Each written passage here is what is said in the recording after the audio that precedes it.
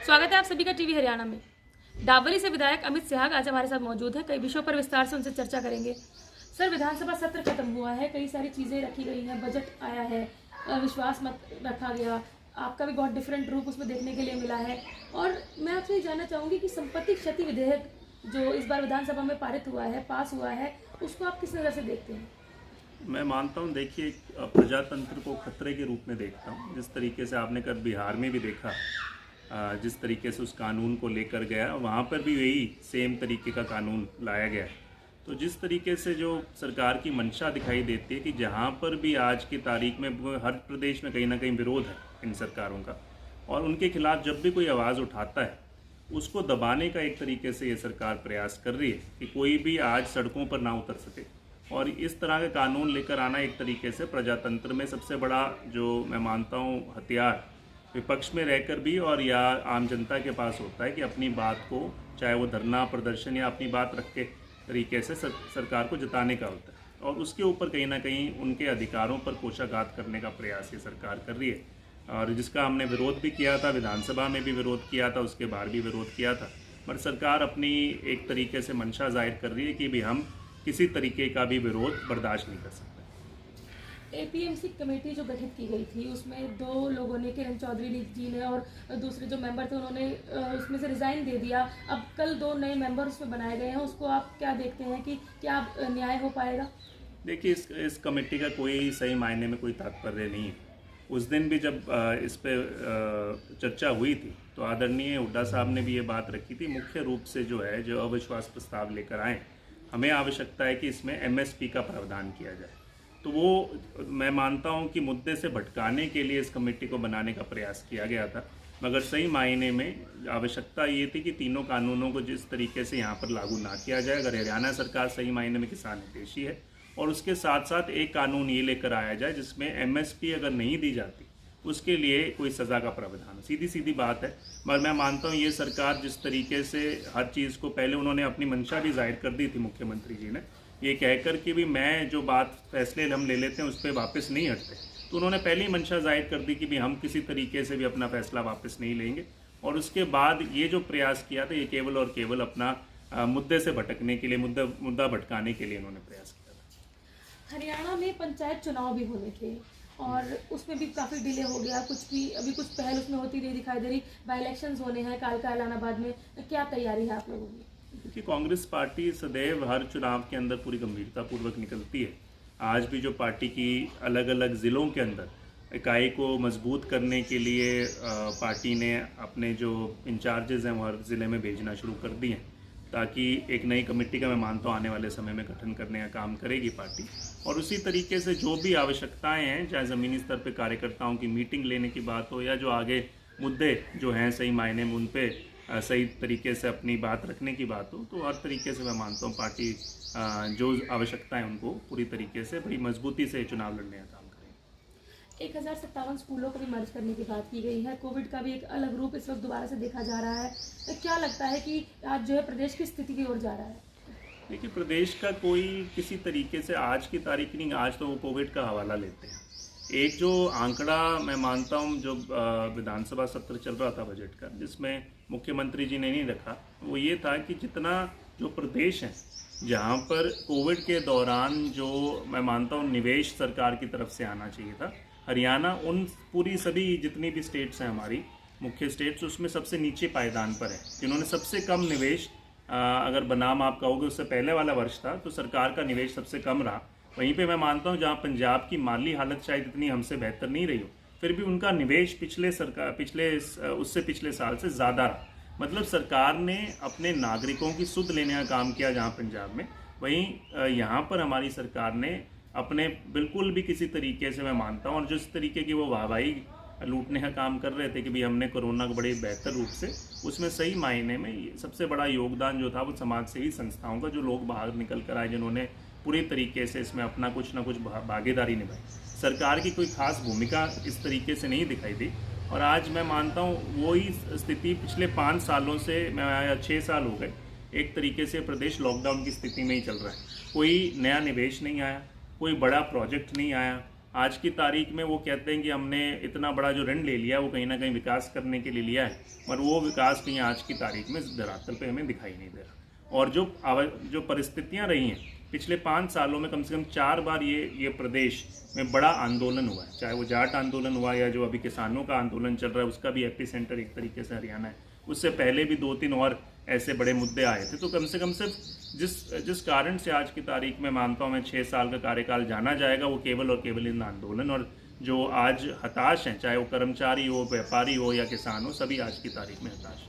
किसान आंदोलन की आपने बात करी है, हम पिछले कई दिनों से देख रहे हैं कि यह आंदोलन एक अलग तरीके से हरियाणा के उप मुख्यमंत्री दुष्यंत चौटाला का उचाना जाना हो या किसी मंत्री या विधायक का किसी ओपनिंग को करने जाना हो, क्या लगता है कि लोकतांत्रिक तरीके से ये चीज़ सही है? देखिए, मैं किसी भी हिंसा के, जो मुख्यमंत्री हमारे हुड्डा साहब ने भी बात रखी थी कि कांग्रेस पार्टी किसी भी हिंसा के समर्थन में नहीं है, मगर आज की तारीख में जो विरोध हो रहा है वो सही मायने में एक प्रजातांत्रिक तरीके से लोगों का जो सरकार हठ धर्मिता दिखा रही है, जिस तरीके से वो जनता की आवाज़ की बिल्कुल असुनी कर रही है। उन्होंने कई समय से मांग करते रहे हैं, पिछले 5 सालों से अलग अलग मुद्दों पे सरकार से मांग करते रहे हैं। किसानों ने कई समय से, उन्होंने विश्वास क्या दिया था इस सरकार ने? सबसे बड़ी बात तो ये है कि ये सरकार उस विश्वास पे आई थी कि जैसे हम बनेंगे हम स्वामीनाथन रिपोर्ट को लागू कर देंगे, और ये वही सरकार है जिन्होंने बनते ही अगले साल सुप्रीम कोर्ट ने हलफनामा दायर कर दिया कि ये इसको लागू नहीं किया जा सकता। तो आप बड़े बड़े वायदे करते हैं। ये वही सरकार है जिसने 2 करोड़ रोजगार की बात की थी, ये वही सरकार है जिसने 15 लाख नौकरियां, 15 लाख हर खाते में डालने की बात की। तो हर तरीके में सरकार ने अपने वायदे किए, जब उन्होंने इतना समय देने के बावजूद उन वायदों पे खरे नहीं उतरे। और आज जब किसान को ये महसूस हुआ कि जो आखिरी हमारे पास जीविका का साधन है वो हमारी ज़मीन और हमारी खेती है, अब ये सरकार उस पर भी डाका डालने का प्रयास कर रही है। उन्होंने सरकार को समझाने का प्रयास किया, कई बार मनाने का प्रयास किया, मगर जब सरकार ने ये मंशा जाहिर कर दी कि भाई हम आज की तारीख में किसानों के हित में नहीं, कॉर्पोरेट हाउसेस के हित में, तो उनके पास एक और एक विकल्प रह गया कि भाई आज हमें खुद अपनी लड़ाई को लड़ना पड़ेगा। और वही आज ज़मीनी स्तर पर लड़ाई लड़ रहे हैं और उन्होंने मांग की है। अगर आज आप हमारे समर्थन में हैं, हम स्वागत करेंगे, मगर आज आप हमारे समर्थन पे नहीं हैं तो हम आपके विरोध में स्पष्ट रूप से खड़े हैं। तो मैं मानता हूँ हर एक व्यक्ति का अधिकार है, अगर सरकार के पास अधिकार है कि भाई सड़कों को खोदने का, आपके बीच में काटीली तारे लगाने का या वाटर कैनन चलाने का, तो मैं उनके पास भी अधिकार है अपनी बात को उनके समक्ष रखने का। हाँ, मैं हिंसा का बिल्कुल विरोध में हूँ। किसी तरीके से किसी के साथ मैं ये मानता हूँ कि अपशब्द बोलना या उस तरह की कोई भी भूमिका किसी व्यक्ति की नहीं रहे, बस शांतिपूर्वक ढंग से अपना विरोध दर्ज करना हर किसी का अधिकार।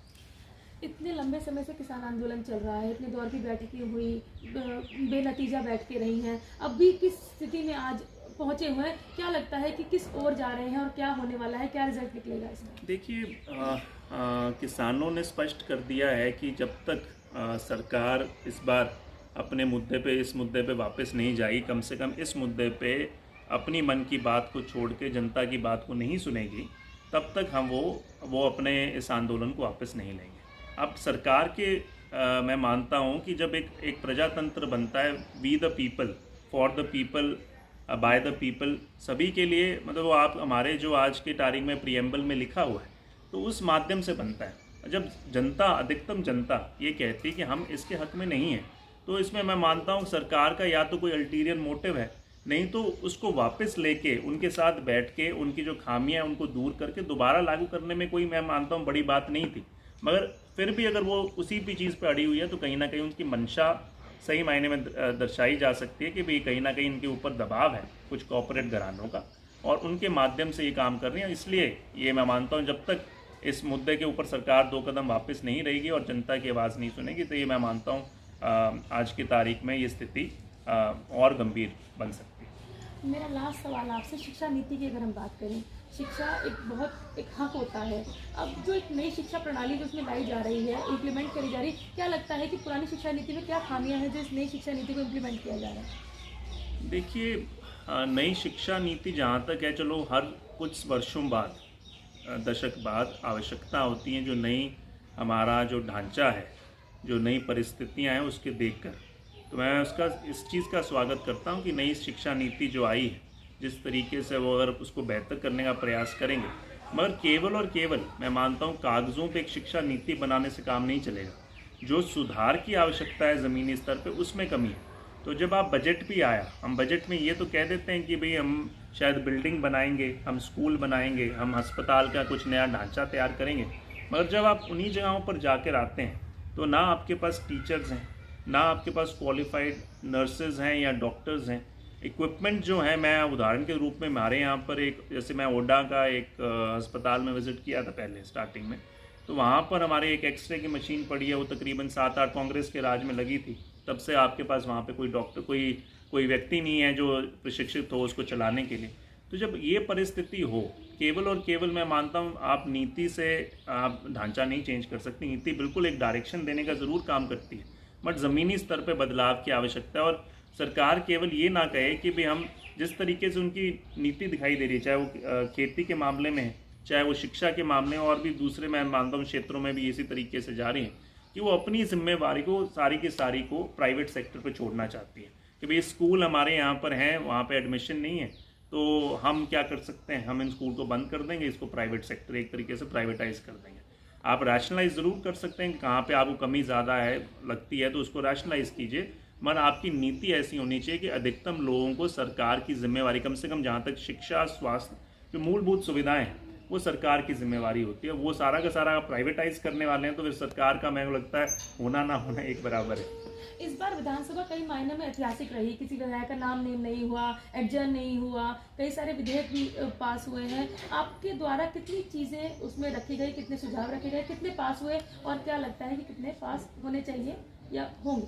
देखिए, मैं इस चीज़ का संतोष है, कई अहम मुद्दे थे मेरे, खास करके डवाली क्षेत्र के, उनको मैंने निरंतर उठाता भी रहा हूँ और इसको भी उठाने का काम किया। जहाँ पर मैंने पहले, जब मेरे को बोलने का मौका मिला, तो मैंने बेरोज़गारी का मुद्दा भी उठाया और किसानों का जो मुद्दा था उसके ऊपर अहम रूप से अपनी बात रखी और कुछ मांगे भी रखी। उसके बाद जो कालवाना खरीफ चैनल, जो हमारी, मैं मानता हूँ, किसानों के लिए लाइफलाइन है, उनको तथ्यों के साथ मुख्यमंत्री के समक्ष, जो कृषि मंत्री, उनके समक्ष तर्क वितर्क करके उसको भी दोबारा उठाने का काम किया। और उसके बाद हमारी जो और जितनी भी मतलब मूलभूत सुविधाएं हैं, 3-4 जो हैं मुद्दे, उनके ऊपर मैंने पूरा, जहाँ चाहे हमारे जीप की इंडस्ट्री को बढ़ावा देने की बात हो, उसको मैंने प्राथमिकता से रखा। चाहे वो गोरी वाला जो स्कूल, जो ये सरकार कहती है कि महिला शिक्षा को हम बढ़ावा देना चाहते हैं, जिसको कोएड कर दिया गया, इन तरह की कई मूल चीज़ें। और सबसे बड़ी डिमांड जो हमारी है यहाँ पे, जो अपने डवाली को ज़िला बनाने की, ताकि क्राइम पे हमारा कंट्रोल हो सके, ड्रग्स पे कंट्रोल हो सके, उस चीज़ को भी दोबारा उठाने का काम किया। मगर एक बात मैं आपके माध्यम से ज़रूर कहना चाहूँगा कि हाँ, ज़रूर ये जो सदन है, शायद वो दिन बढ़ाए गए और ज़्यादा समय दिया जा रहा है, पर इसमें और बदलाव होने की आवश्यकता है। जैसे जब बजट सेशन की बात थी, तो जो आप बोलने के लिए मौका, खास करके जो नए विधायक बनकर आए हैं, जो अपनी बात रख रहे हैं, तो उनको आप केवल कुछ अगर घंटे एक्स्ट्रा दे दिए जाएँ तो सभी लोग अपनी विस्तार पूर्वक बात रख सकते हैं।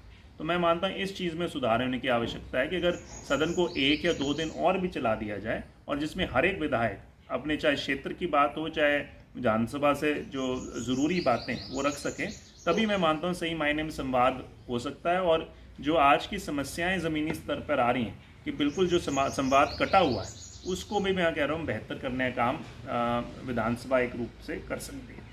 विधानसभा की बात आपने की है, चाहे एक्सटेंड कर दिया था, 45 घंटे 42 मिनट, 9 दिन में 11 बैठकें हुई हैं। इस बार एक चीज़ और हुई है, पहली बार विधायकों को, बेस्ट विधायक के जो 2 विधायकों को अवार्ड मिला है, उसको आप किस तरीके से देखते हैं? ये पहली बात नहीं, ये शुरुआत कांग्रेस पार्टी ने की थी, कांग्रेस काल के मतलब राज में किया गया था, जब 2 बार विधायकों को, रणदीप सुरजेवाला जी को, बीबी बत्रा जी को, मेरे ख्याल से उन दोनों को उस समय मिला था ये अवार्ड। और इस बार कुछ समय से बंद किया गया था जब से भाजपा की सरकार आई थी, और इसके बाद दोबारा से उन्होंने शुरुआत की, तो उसका हम स्वागत करते हैं।